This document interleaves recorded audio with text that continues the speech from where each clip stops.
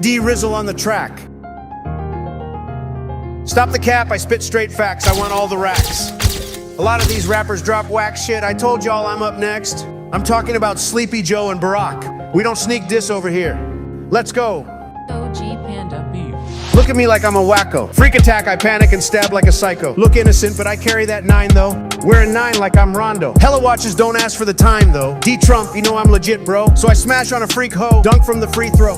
Let's go. Now I switch the flow up, make the money, stack it way up. Smoking spliffs, got me laid up. Too legit, can't be made up. In the hood, I was raised up. 50 nights that I stayed up, sipping on that new syrup. Man, you haters need a checkup.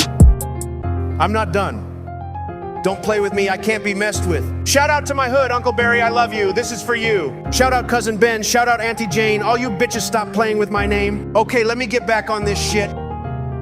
Doing the dash, yeah, straight to the cash, yeah. Put you on blast, never in last, yeah. Upping it fast, yeah. Smoking the gas, Brady I pass, yeah. Rob with a mask, give me it fast, yeah. Ops running fast, don't even ask. Look at my past, you wouldn't last. Let's go. Stepping on shit, they call me a giant. Make it look easy, not even trying. Leaving my mark, you cannot deny me. Smoking my ops, why even try me? Yeah, shout out my goons, they always stay by me. Yep, stay with the heat like I'm Pat Riley. Better choose wisely. Wanna fight me, you gotta come find me. They didn't believe me. Bro, I tried telling them. Sleepy Joe and Obama want to drop a single behind my back? You boys are a bunch of rookies. Listen up and take notes. No one can spit bars like me. Flow's so sick it can't be discreet. Yeah, chasing the paper, stacking it neat. Feeling the heat complete with the beat. Check out my cars, yeah, I got a fleet. Only designer, down on my feet. All of my haters act hella sweet. You can't compete. I'm from the street, running for office, yeah, I'll repeat. Yeah, listen here, cause I'm here to stay. Titan in the game, I'm paving the way. Spider-Man, cause I'm saving the day. Yeah, she want me to stay, but I can't have a bae. Nope. New Maybach, and I painted it gray. What else? Making the money and stay out the way. What else? You know I don't play, I stay with a K. They only hate, that's enough for the day.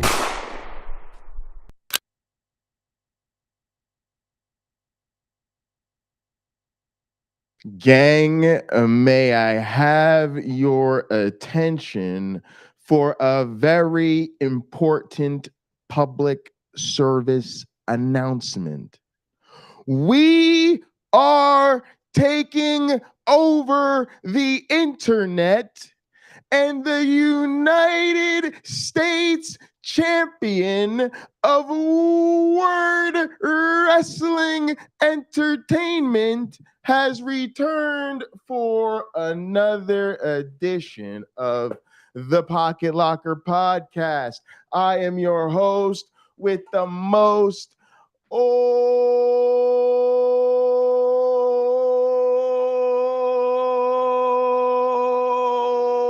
the way from the East Coast. And as always, good people, I am in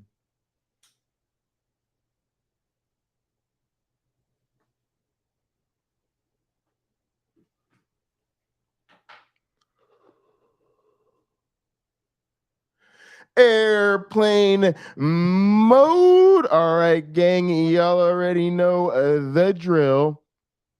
It is time to grab something to drink. It is time to grab something to smoke.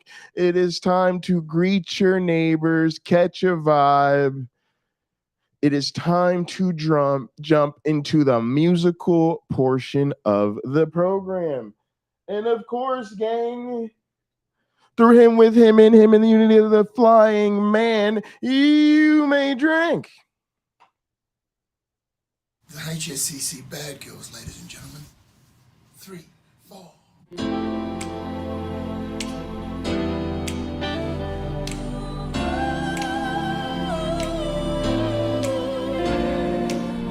Doesn't take much to make us happy and to make me smile with glee.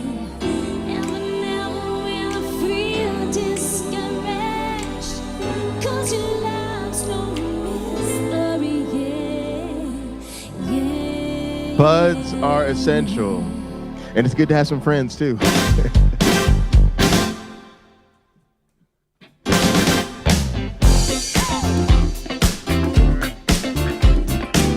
Hey Leslie, doesn't take much to make me happy and to make me smile with glee. And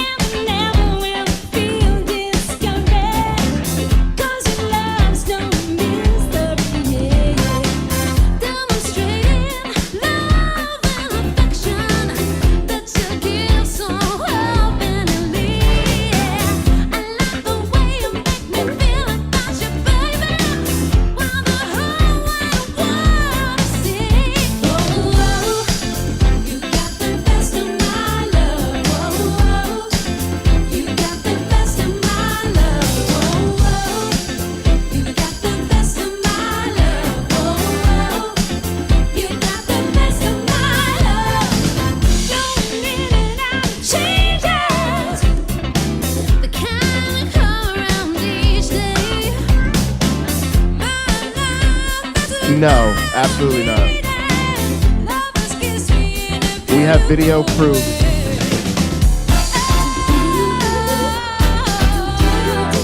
What's up, Wayne?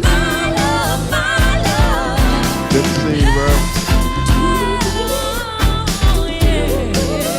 What's up, Randy?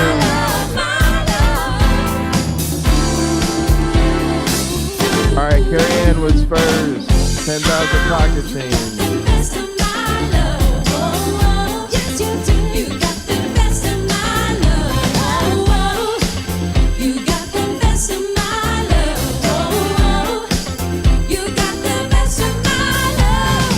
Randy was second.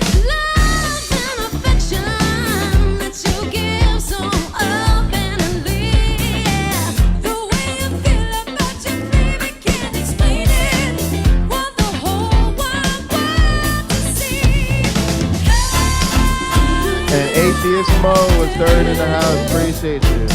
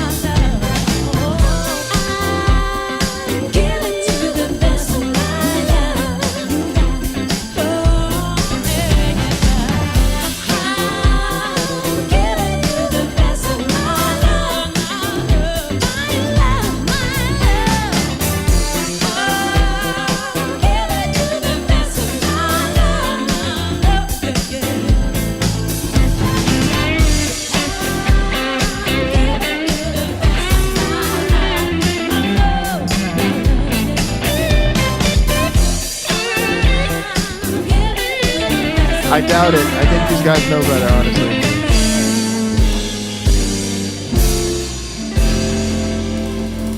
Doesn't take much to make us happy. But I definitely hold out more hope for Dave than Pine Creek. That was awesome. I got to be honest with you, gang. So many of the people we deal with in this community, they're not underinformed on the issues. That's the problem. It's not that they haven't been informed. It's not that they haven't had an honest conversation. It's not that they don't know what's going on. It's that they have severe biases that they just can't get over, and then that leads them to buying into less well-supported narratives. All right, gang, it is time to jump straight into the main event of the afternoon. And the thing we're going to be talking about is those sweet, sweet, sweet Trump indictments. You know, there's so much to say, but what I mean, like, do we really need to put it in words? It's crazy. Like, I'm just gonna verbalize it because hopefully a lot of y'all have been basically on the same tip, right? Which is that we have been watching Trump do crime as long as we've known Trump, and even if you were not paying attention to celebrity culture or TV back in the day when Trump was everywhere, like, that's pretty easy to avoid, right? Because a lot of people know him from sporting events. You could like not really be into sports and then therefore like not give a shit who owns the casino that the fucking boxing match is held in or whatever. Then you could just like not give two shits about The Apprentice. Like most people didn't give two shits about The Apprentice. I didn't really watch that show, actually. I didn't think it was a good show. I mean, it was there was definitely a time it was like the show that like a lot of people were talking about it. So you definitely heard of it, but I didn't like watch that show. It wasn't a very good show. And then what about, let's see. I mean, actually, to be honest, I think I watched maybe. I think most people, like, I watched a good bit of probably the first season, but definitely since 2016, right? Trump has been dominating the news, dominating our culture, sort of dominating really sort of the social influence, right? I think he has really changed up people's attitudes, certainly not for the better. But anyway, it feels like we have been watching this unravel for years and waiting for Trump to finally be held accountable. And to be honest, it felt like it was never going to happen. And even now, he is obviously benefiting from so much privilege, so much, hesitation, giving him every benefit of the doubt, that even this process with him being indicted does not feel like the way it would be playing out if one of us or anybody else was getting indicted. So it all has this, you sort of can't believe it's happening, and you also don't want to believe it's happening because, people like Trump, and Trump in particular, never seems to get held accountable for anything. And so it's kind of weird to sit here and actually be like, well, he has been indicted, y'all. Like, this is actually what the process is supposed to look like. And it's crazy that it's actually happening. And I don't, it's like, I don't want to say, like, who wants to cover Trump? I don't know. But I feel like this is the thing we've been waiting for. And so anyway, we're going to review a Legal Eagle video about what's going on with the indictment. Like I said, I think this is one of those things where we all saw it happen. You were there on January 6th. Not there, hopefully, God, please tell me you weren't there. Hopefully you weren't there in person. But a lot of us watched it play out on TV. We saw what happened afterwards. We covered the January 6th committee hearings on this channel, and go back and check those out if you'd like. But this is like finally Trump being charged for January 6th for this conspiracy to commit insurrection, as far as I'm concerned. And so, yeah, let's savor the moment and actually take some time to make sure we're familiar with the actual details of the case so that we can speak intelligently about what's going on and have a good mind to what the legal proceedings are actually going to be getting into. All right, so let's do this. Let's switch this on it. Boom, over here. Now, gang, before we jump into this tape, I'm going to keep it real with you. It's very hard to say anything about the presumption of innocence, right? Like, typically in,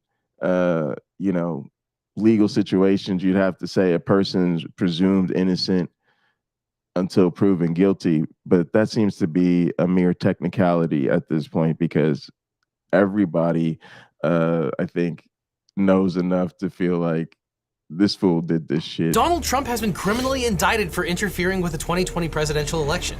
He's alleged to have participated in a vast conspiracy to interfere with the election and hold on to power. Yes, a federal grand jury impaneled in Washington, D.C. has indicted Donald J. Trump on 4 felony counts as part of Special Counsel Jack Smith's investigation into efforts to overturn the 2020 presidential election. As Jack Smith said in his press conference, "Today, an indictment was unsealed, charging Donald J. Trump with felony violations of our national security laws, as well as participating in a conspiracy to obstruct justice."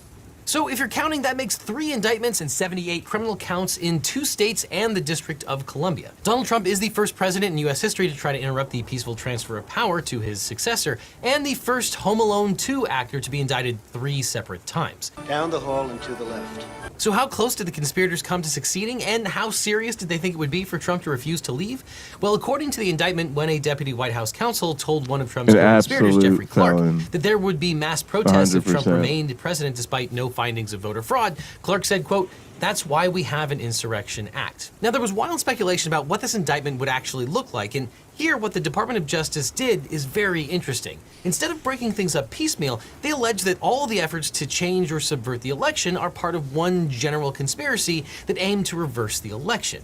And while the indictment mentions the Capitol riots and Trump's speech from that day, none of the alleged crimes rely on the riots or that speech. The indictment doesn't charge Trump for inciting the January 6th riots. That would have been extremely hard to prove for reasons that we've discussed on this channel a lot, namely that the standard is very high and it would be very close to charging someone for potentially political speech. But here, the riots, according to the Department of Justice's narrative, were just another opportunity for the conspirators to delay or overturn the election. For example, during the riots, the conspirators were texting and calling senators to try to get them to delay certification and to pressure Mike Pence. So the riots were not an end in themselves, but a means to further the conspiracy. And this is a much cleaner way of conceptualizing the crimes, from the DOJ's perspective, than other ways that they could have drafted this indictment. Instead of lots of small towers with limited foundations, they constructed one giant tower with a huge base. Or more specifically, 3 large conspiracies sort of operating in parallel at the same time with generally the same aim. The first conspiracy was to overturn the legitimate results of the 2020 presidential election by using knowingly false claims of election fraud to prevent the actual slates of electors being collected, counted, and certified. The second conspiracy was to corruptly obstruct and impede an official proceeding, that is the actual certification of the electoral vote. And then the third conspiracy was to effectively hamper the right of some people to exercise their right to vote, effectively trying to discount or prevent the votes being counted in states where Biden won, where the conspirators were putting forth a fake slate of electors. Now, a quick word. It's really interesting too, because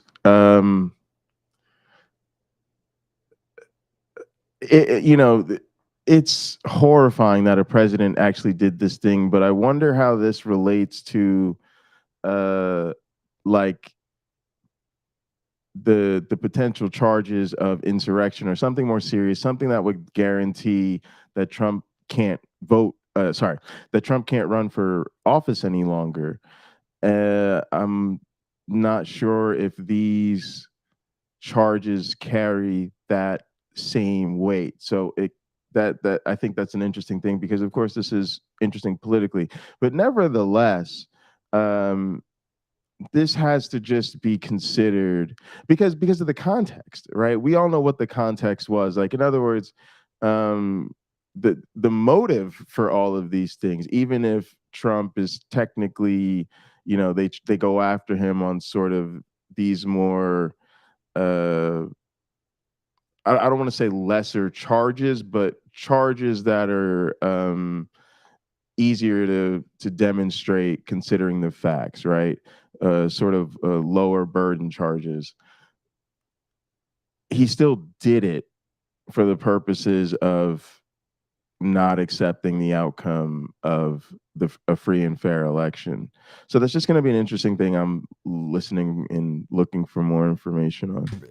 The conspirators were putting forth a fake slate of electors. Now, a quick word about conspiracy and free speech. Many are bemoaning the indictment as the criminalization of political speech, but that seems to be based on a misunderstanding of how criminal conspiracies actually work. Consider this great commentary from NYU law professor Noah Rosenblum. The First Amendment protects the right to free speech, but does that mean that you can say whatever you want without facing criminal liability? Not at all. Consider the following 2 scenarios. I walk into a store and buy a crowbar. No crime, life is good. 2, I call my buddy and say, let's go buy crowbars and use them to deprive people of their right to vote. He says, I agree. Let's conspire to do this thing together. I walk in the store and buy a crowbar. Bad news, crime, life is bad. The only difference between these 2 acts is the fact of agreement, which is expressed in speech, although it needn't be. The crime is conspiracy, agreement to commit a crime plus a step towards its accomplishment. It's not the speech that's criminal, it's what the speech does, constitute an element of another crime.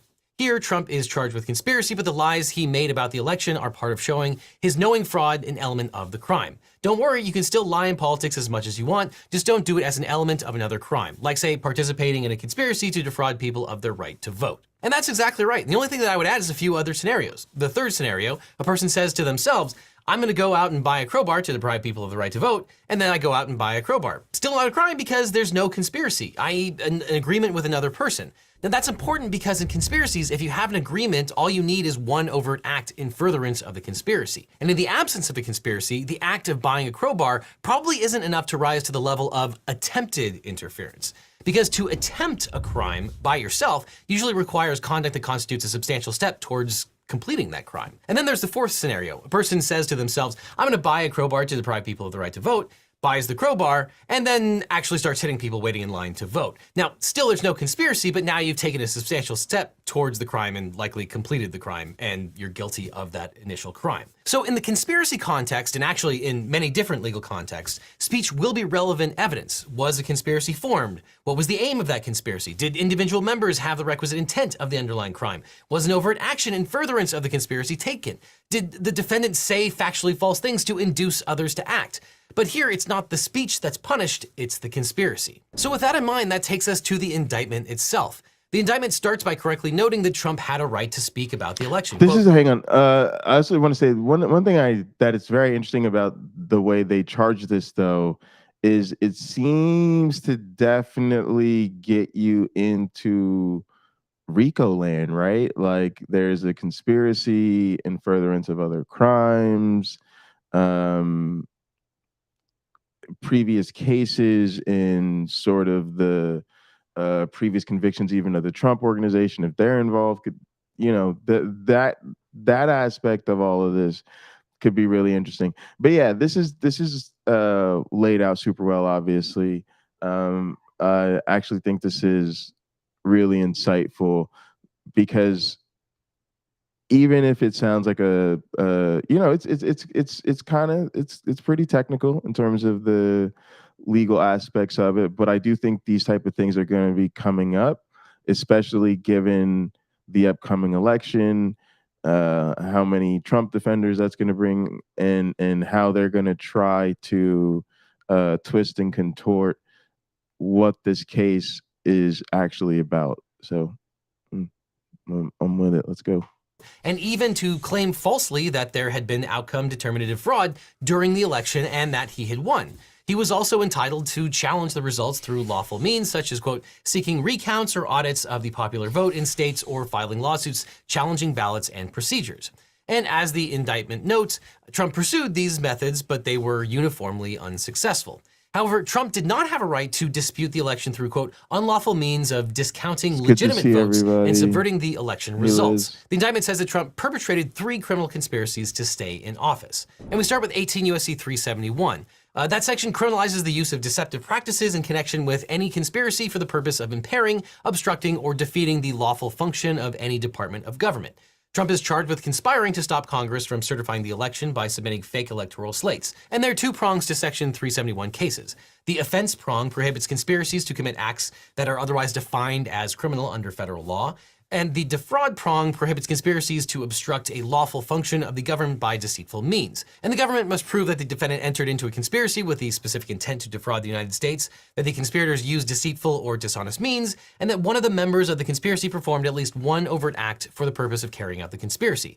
For the government to prove that Trump committed the crime, it must show that he used deceit, craft, or trickery, or dishonest means to achieve it. Section 371 does not criminalize every conspiracy to disrupt a government function. It only reaches conspiracies that use deceit, craft, or trickery, or dishonest means. And we'll talk about Trump's defenses later, but he's probably going to claim that he didn't use deceit if he truly believed that he won the election. But the indictment concludes that Trump knew he lost, and the indictment lists all the people who told Trump that he lost, including the vice president, leaders of the DOJ who were appointed by Trump, the director of national intelligence, the director of the Department of Homeland Security's Cybersecurity and Infrastructure Security Agency, senior White House officials, campaign staffers, Republican state legislators and officials, and dozens of state and federal courts. And the indictment alleges that Trump— All right, this is really interesting. Because this is one of those things that I also think that will be— it's a very interesting case, right? Because typically when you have cases like this, you're dealing with private information.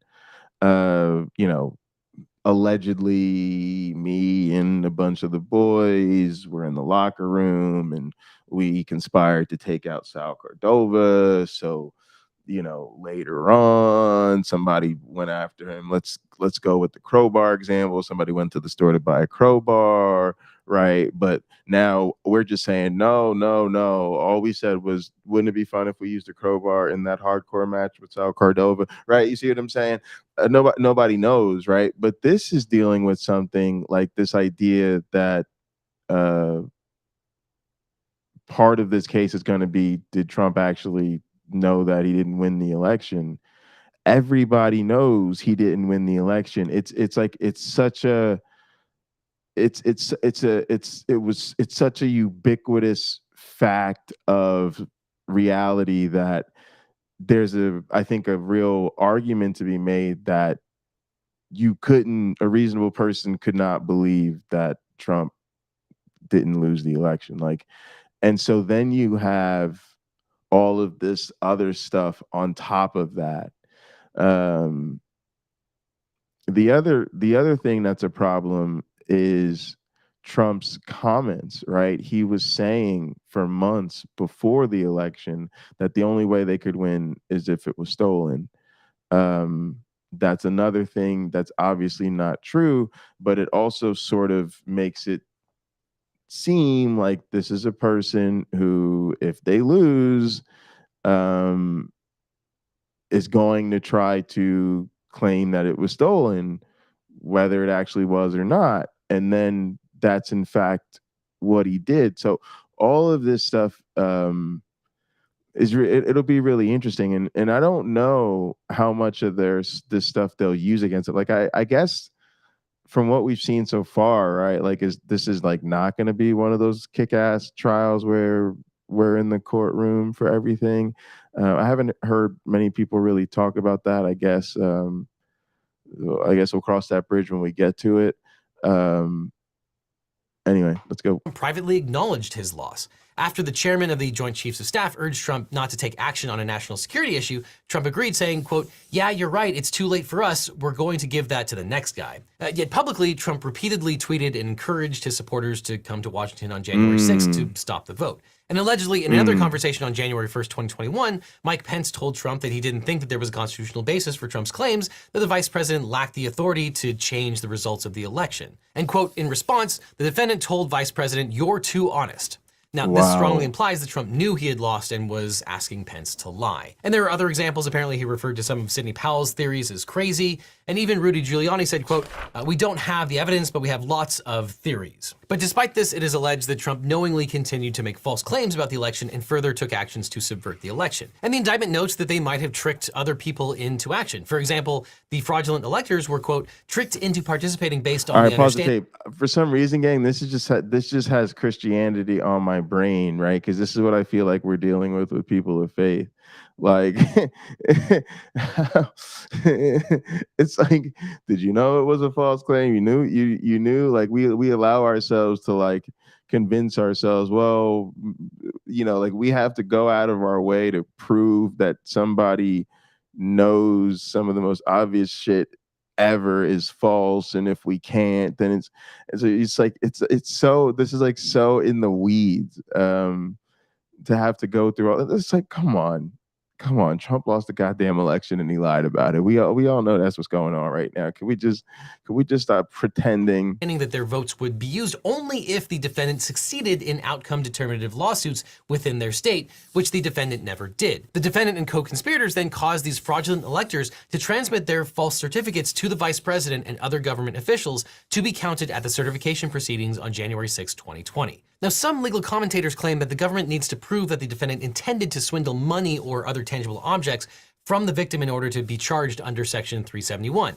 But that's only true if Trump was charged with a fraud crime like wire fraud. But here, he wasn't. The prosecutor doesn't need to prove that the conspiracy actually led to any property or monetary loss by the US government or its agencies. The Department of Justice's Criminal Resource Manual cites a 1924 case, Hammerschmidt versus United States, for this proposition. And in that case, Justice Taft wrote, quote, "It is not necessary that the government shall be subjected to property or pecuniary loss by the fraud, but only that its legitimate official action and purpose shall be defeated by misrepresentation, chicane, or overreaching of those charged with carrying out the governmental intention." And several more recent cases have affirmed that the word defraud in Section 371, quote, "not only reaches financial or property loss through the use of a scheme or artifice to defraud, but also is designed and intended to protect the integrity of the United States and its agencies, programs, and policies." Now, the second criminal charge relates to subsection 1512K, which makes conspiracy to violate Section 1512 a separate offense subject to the same penalties as the underlying offense. And a 1512K charge has no specific overt act element, and the courts have generally declined to imply one under such circumstances. Now, regardless of which section is invoked, conspirators are criminally liable for any crime committed in the foreseeable furtherance of the conspiracy. The indictment says that Trump, quote, did knowingly combine, conspire, confederate, and agree with co-conspirators, known and unknown to the grand jury, to corruptly obstruct and impede an official proceeding, that is, the certification of the electoral vote. Now, there are many examples of Trump and his co-conspirators trying to stop the certification process, and their actions on January 6th are notable, as the indictment accuses the conspirators of exploiting the violence at the Capitol in furtherance of their plot. After the rioters had been removed from the Capitol, Trump, through White House aides, attempted to reach 2 United States senators at 6 p.m. From 6:59 p.m. until 7:18 p.m., Rudy Giuliani placed calls to 5 United States senators and 1 United States representative. Co-conspirator 6 attempted to confirm phone numbers for 6 United States senators whom defendant had directed Giuliani to call, an attempt to enlist in further delaying the certification. Quote, in one of the calls, Giuliani left a voicemail intended for a United States senator that said, quote, we need you, our Republican friends, to try to just slow it down so we can get these legislatures to get more information to you and know they're reconvening at 8 tonight, but the only strategy we can follow is to object to numerous states and raise issues so that we get ourselves into tomorrow, ideally until the end of tomorrow. Trump. Wow. How desperate. How desperate. But again, we already know this, right? We know this from the call to the Secretary of State in Georgia. We know this from those bullshit recount efforts. We know this from all the lawsuits. We know this from the entire January 6th effort itself. Gang, please notice how this whole thing is about January 6th, 2021. Donald Trump's monkey ass lost that election, being generous, in early November, right? Like, this is basically what, 2-3 months after the election. I mean, come on, what are we even talking about on January 6th? There's no other person who would even January 6th, what? By then, most other people would be adjusted into their, their plan for their out of office transition. They would just be packing up the last few remainders of their things, making interviews about the foundation they think they're going to start. They're not going to start. You're not going to run the foundation. You're just going to go live in vacay and be a former president for the rest of your life. Like, you know what I'm saying? Like, that's. Are you kidding me? November to January, and this motherfucker was still just like desperately trying to interfere in any way, shape possible. And for those that don't realize the reality of the situation, I happen to live in the capital of Michigan, and I could tell you right away that this is one of the states where those fake electors were sent. And there's very, very hilarious YouTube videos that you should definitely watch of these fools trying to be admitted into the state capitol so that they could cast their fraudulent votes for Donald Trump. And this happened in states throughout the country. And it is a really important part of our history. But this is crazy, y'all. Like, the man who was ranting and raving about people trying to steal the election actually tried to steal the election. We all watched it happen. And so this is just a really weird feeling to see Trump actually finally being indicted for these crimes. Of course, I'm still quite perturbed about a list of Trump crimes that he has not been investigated and indicted for. However, it's a bit just surreal to watch these things actually unfolding in real time. But fuck, like, it's just insane. This was all such a desperate, you know what I mean? Like, whatever you do to hear that you did some crazy shit to get elected at the last minute, that's whatever. People pull out all the stops, I get it, but this is just pathetic. Trump also called another senator repeating false allegations of fraud in Arizona and Georgia. He also, quote, claimed that the vice president's actions had been surprising and asked the senator to, quote, object to every state and kind of spread this out a little bit like a filibuster. Shortly before the meeting to certify the election, White House counsel urged Trump to drop his objections and allow the meetings to proceed. Trump refused. The meeting of Congress was delayed for 6 hours, and when it resumed at 8 p.m., it certified Biden's election as president. Now, it's actually not weird that Trump's co-conspirators were lawyers, because sadly, finding a great lawyer is hard to do. But if you need a really good lawyer, my firm, Eagle Team, can help. If you've been in a car crash, suffered a data breach, or have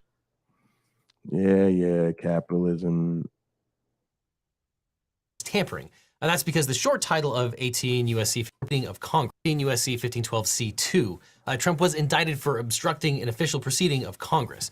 Now, the initial media reports about the target letter were confusing because they reported that Trump was being charged with witness tampering. And that's because the short title of 18 U.S.C. 1512 is tampering with a witness, victim, or informant. But here, Trump wasn't charged with witness tampering per se. Section 1512 covers other kinds of obstruction of justice. He was actually charged with violating Section C2 of the statute, which states, whoever corruptly obstructs, influences, or impedes any official proceeding or attempts to do so shall be fined under this title or imprisoned not more than 20 years or both. Now, Section 1512C was added to the code as part of the Sarbanes-Oxley Act of 2002. And to convict Trump under this statute, the government has to prove that he attempted to obstruct an official proceeding and that he acted with corrupt intent. The first element is relatively simple for the government to prove. Also, it's interesting. Are these just really one count each, right? Because to me, Trump interfered with a lot of official proceedings, right? I guess I see. I guess what they're going after him for is a federal charge for obstructing, Congress's certification of the presidential election. That makes sense. But he should also, and this is what I mean about the laundry list of crimes. Gang, just so many crimes that this man will never be indicted for. But he should really be charged for interfering in all of the state proceedings, right? Because, for instance, they interfered in the proper certification of the electoral votes from my state of Michigan by, conspiring and actually taking steps in furtherance of an effort, right, to, send false electors and shit like that. Even those bogus, like lawsuits they filed, right? Like if you can't just file baseless lawsuits. And again, it's one thing to just file a baseless lawsuit because you're on some stupid shit, but to be filing all these baseless lawsuits when you're doing so in an effort to commit another crime, in this case, all those other procedures in states that were trying to do what they needed to do. And also, the detriment that it did to the reputations of those states and those people, and even the January 6th people, because a lot of those people were just under Trump's spell, right? And right or wrong, these indoctrinated assholes got themselves in a lot of trouble. So, again, it's really crazy that they're actually going after him. I hope that there's meaningful resolution to this, but there's just so many more crimes. Many of the January 6 rioters were charged with violating 1512C. These defendants argued that the January 6 meeting of Congress was not an official proceeding, but courts ruled against them because Section 1515A1 defines official proceeding for purposes of Section 1512 to include a congressional proceeding. Now, the second element is whether Trump acted with corrupt intent. And some of the January 6 defendants challenged their indictments on the grounds that this element is unconstitutionally vague, since the word corruptly isn't defined by Section 1512C. But several circuit courts have already rejected this contention. The courts conclude that corruptly in 1512C includes two components. One, intent to obstruct, impede, or influence, and 2, wrongfulness. And then count number 4 relates to the deprivation of rights under color of state law under 18 U.S.C. 241. Now, under that section, a government official can't deprive someone of their rights. And the statute dates from the Reconstruction era, but it doesn't require that the defendant's conduct be motivated by a specific bias against the victim, such as race, gender, or discrimination. But Section 241 makes it unlawful for 2 or more persons to injure, oppress, threaten, or intimidate any person in any state, territory, commonwealth, possession, or district in the free exercise or enjoyment of any right or privilege secured to him by the Constitution or laws of the United States, or because of his having so exercised the same. And here the idea is that the conspirators conspired to prevent people from being able to exercise their right to vote. The offense is always a felony, even if the underlying conduct would not on its own establish a felony violation of another criminal civil rights statute. Now, critics of this indictment believe that Trump shouldn't have been charged with violating Section 241 because this law was passed during Reconstruction as a way to punish members of the Ku Klux Klan and other people from harassing black voters. And while it's true that this law was originally aimed at stopping harassment of black voters after the Civil War, it is in no way limited to stopping white Confederates from intimidation and harassment. And the DOJ has used this law to prosecute conspiracies to prevent the proper counting of ballots in federal elections for more than 100 years. The DOJ has charged government officials under 241 when officials tried to stuff a ballot box with forged ballots, prevent the official count of ballots in primary elections, destroy voter registration applications, destroy ballots, exploit the infirmities of elderly or handicapped people by casting absentee ballots in their names, illegally register votes and cast absentee ballots in their names, injure, threaten, or intimidate a voter in the exercise of their right to vote, impersonate qualified voters, fail to count votes and to alter votes counted, to steal votes by changing the votes cast by voters in voting machines, and the list goes on and on. And many of these alleged crimes will hinge on Trump's mental state. And we've covered this before. Did Trump have a specific intent to obstruct, impede, or influence the proceeding of Congress? Well, it's definitely possible. But since this indictment came down, there have been a lot of bad legal takes about what it actually means, especially with respect to Trump's mental state and what the prosecutors actually have to prove. Many journalists and even some lawyers have said that in order to convict Trump on these charges, prosecutors must prove that Trump knew that he lost the election. See, for example, this headline in the Washington Post, which says the former president's intent and whether he knew he was lying about. This is what we're saying. This is like, could we really prove that they didn't believe that the earth was created in 6 days? Like, can we really prove that? I don't care. I don't care anymore. I'm in. Everybody knows. Look, everybody knows Trump lost the election. Thank Lord. Thank you, Jesus. Thank you, Jesus. That doesn't exist. Oh my goodness. Thank the God that does that. That's not real. Oh my goodness. Like, can imagine. But here's the thing. It's like, if we don't get this motherfucker in these criminal charges, we're headed straight for another 4-year term of Donald fuckface Trump.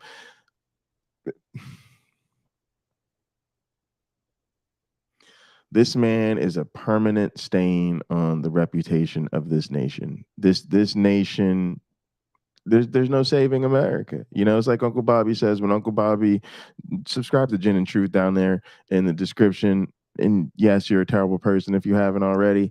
But like Uncle Bobby says, like, you know, there's certain states, Florida, maybe even Texas, you know, that can't be saved. They've just gone too far with the Christo-fascism, and they need to be severed to save the rest of the body. Donald Trump might be the proof that America is just done, like just done. And don't tell me there's hope. Yeah, of course we're hoping he don't get elected again. But how could he get elected in the first place? This says a lot of terrible things about this country. The election fraud are key issues for prosecutors. Now, this is a big misunderstanding about what prosecutors must prove about Trump's mental state. Now, look, this stuff is hard, but it's not that hard. Now, first of all, criminal prosecutors prove intent and internal mental states all the time. It's not impossible. It's not even that hard. You can do it using statements that the defendant said. You can prove it using surrounding circumstances.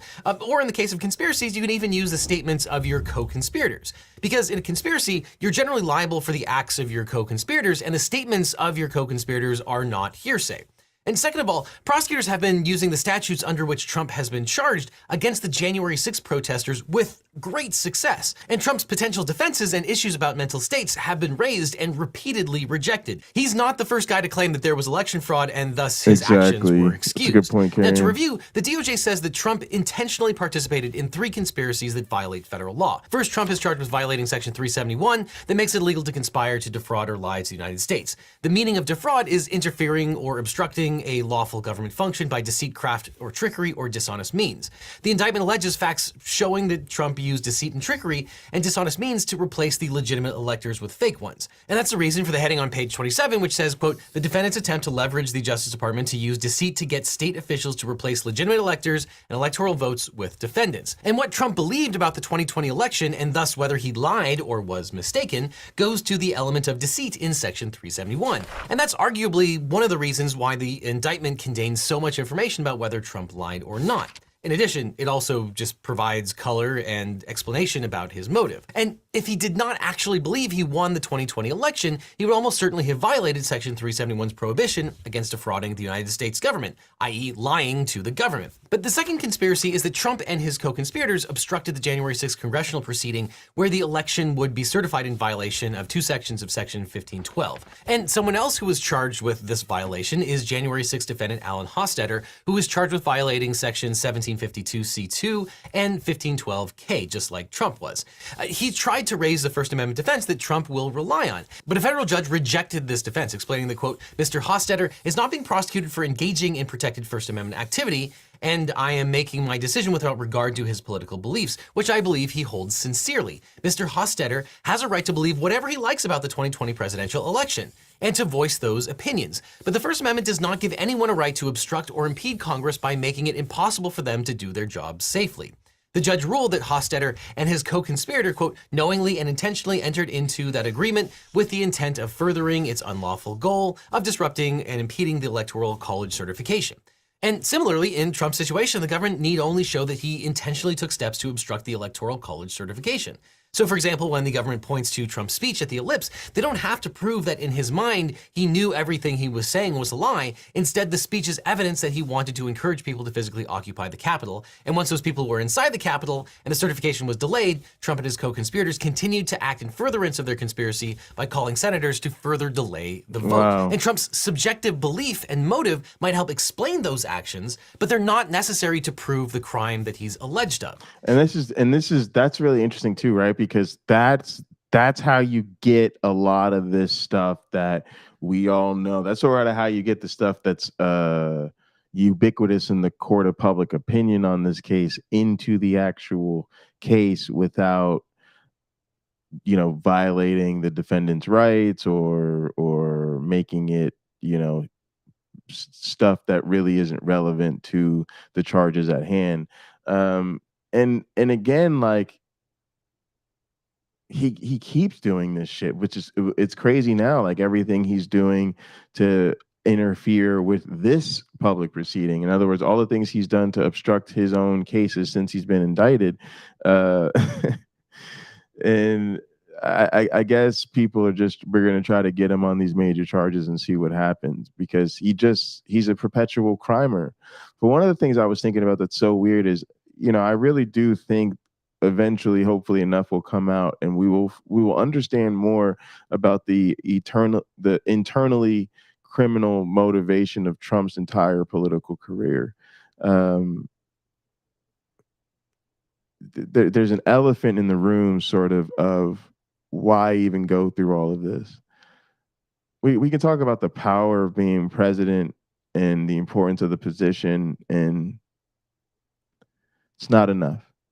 To me, it's not enough to do all this, especially when you can, you know, you're going to retire and go back to being super rich and be able to cash in on this, and it's just it doesn't make sense. There's something else going on in my opinion. And the third conspiracy is that Trump allegedly interfered with the right to vote and to have one's vote counted in violation of Section 241. And that section requires that the defendant had an intent to deprive an individual of their rights and that the federal right violated was clearly delineated. And in a January 6th prosecution of Douglas Mackey, a jury instruction explained that the government had to prove, quote, that the defendant knowingly and intentionally joined the conspiracy with the intent to further a specific objective. And the Mackey jury instruction explains how a jury should assess the defendant's criminal intent within the context of this particular section. Quote, the indictment alleges that the objective of the charged conspiracy was to injure, oppress, threaten, or intimidate one or more persons in the free exercise and enjoyment of their right to vote.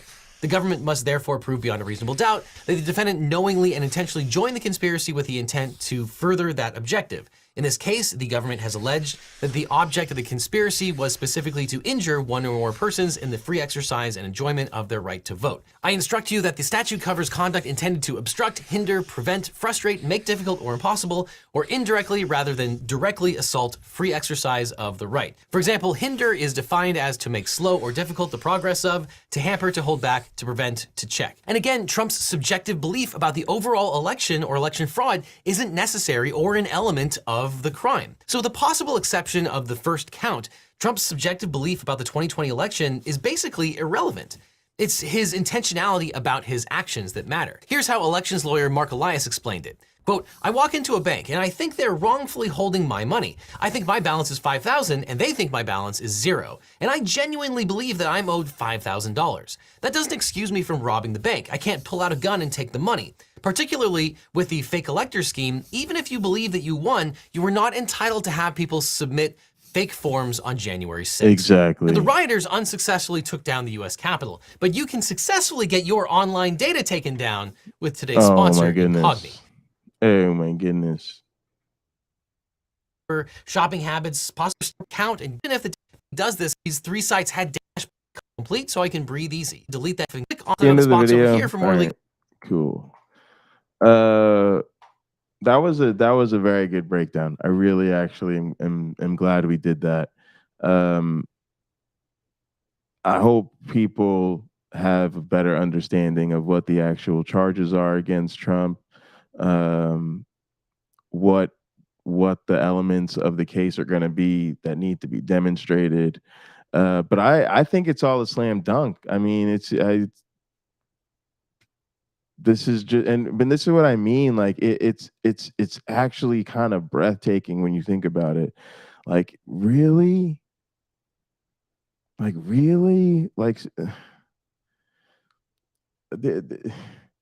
again, Trump has been criming in my estimation his entire adult life, and probably longer than that.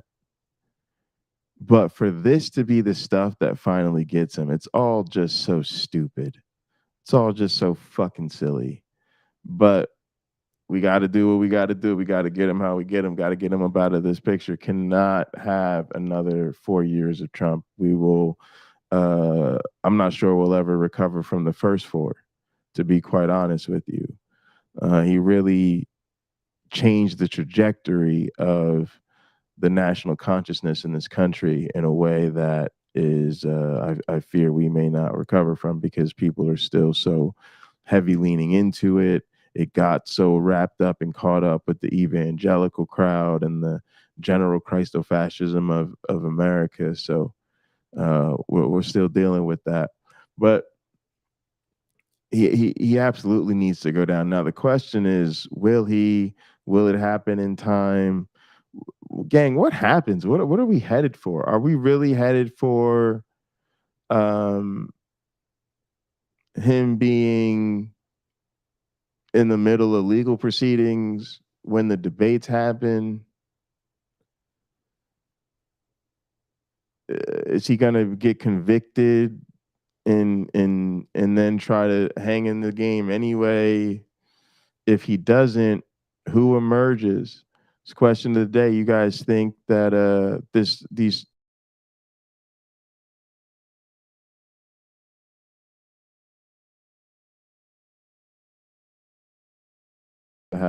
so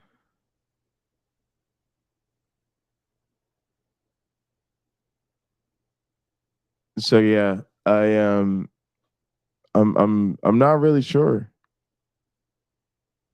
I'm not really sure where we go from here. I mean, I definitely think it's important that he face justice. I just don't know what all this looks like. Like this is definitely unprecedented territory we're in. and at least in this country anyway. And unfortunately, I just think so many people, like Marjorie Taylor Greene said, what does that even mean, gang? What does it even mean? Why do we have Congress people that are already saying, I will vote for Trump even if he's in prison? These are supposed to be the law and order people. I've heard this come up on people's streams a lot. People ask, is it okay that he's been convicted of all these things and can still run for office? They don't realize that, like, unless he's literally convicted of like the actual insurrection, like treason or something like that, there's only like a couple of laws that actually get you disqualified from president. Everything else, even the charges we heard today, I don't think anything about those charges, like obstructing an official proceeding, conspiracy to obstruct an official proceeding, conspiracy to deprive someone of their rights, like all of that stuff, they don't disqualify you from running for president in this country. Maybe they probably should, but they don't. So technically you could be the president from prison. I mean, there's nothing. I mean, I don't know what we do. Like, do you get out to go to the White House, or do you White House from the prison? But there's nothing legally stopping a person convicted, even serving time, from running for office. They can absolutely do it. They can absolutely do it. And from a lot of what we've seen so far, Trump's been able to boost his numbers and raise quite a lot of money off of being indicted. Hey, Lena. And again,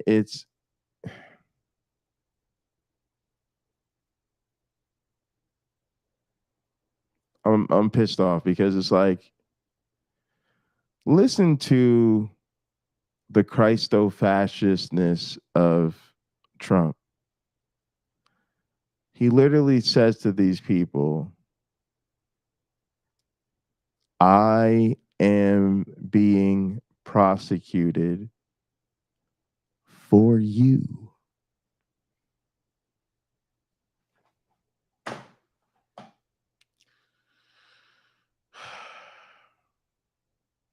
Like, what do you do with that? What do you do with that? And they gobble that shit right up. Just like Jesus said he died for their sins. It's the same shit. He literally uses the same fucking line. Like, we're living through the fucking gospel of Trump and shit. It's awful. I am being prosecuted for you. They can do this to me. They can do this to you. Yeah. He's literally said that Jesus Christ is the only person who is more famous than he is. So yes, he's, he thinks that's who he has to compare himself to find a peer, because the rest of us are not even comparable. Look, at the end of the day, I just hope he goes down, and goes down quickly. He's done a lot of damage to this country. He's cost a lot of people their lives. I really would be even more satisfied to see him face some justice over his mishandling in dereliction of duty around COVID-19.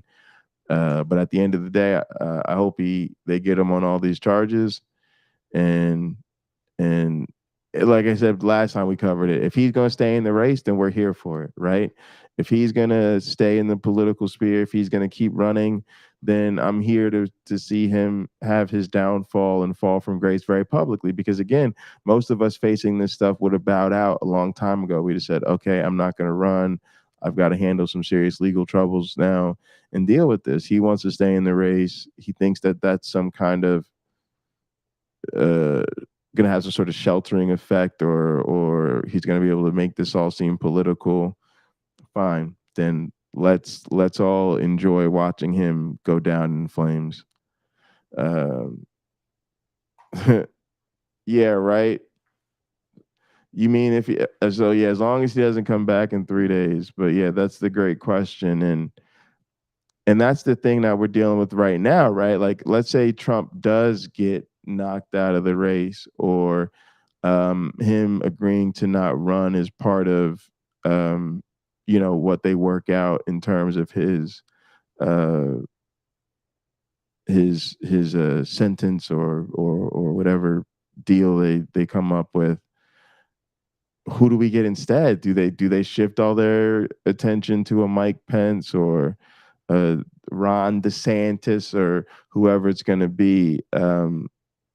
Because a lot of those guys are happy to boldly proclaim themselves the candidates for God, and they might be even, certainly I don't think Trump is a true believer, but they might actually be true believers in actual Christofascism than even Trump is. So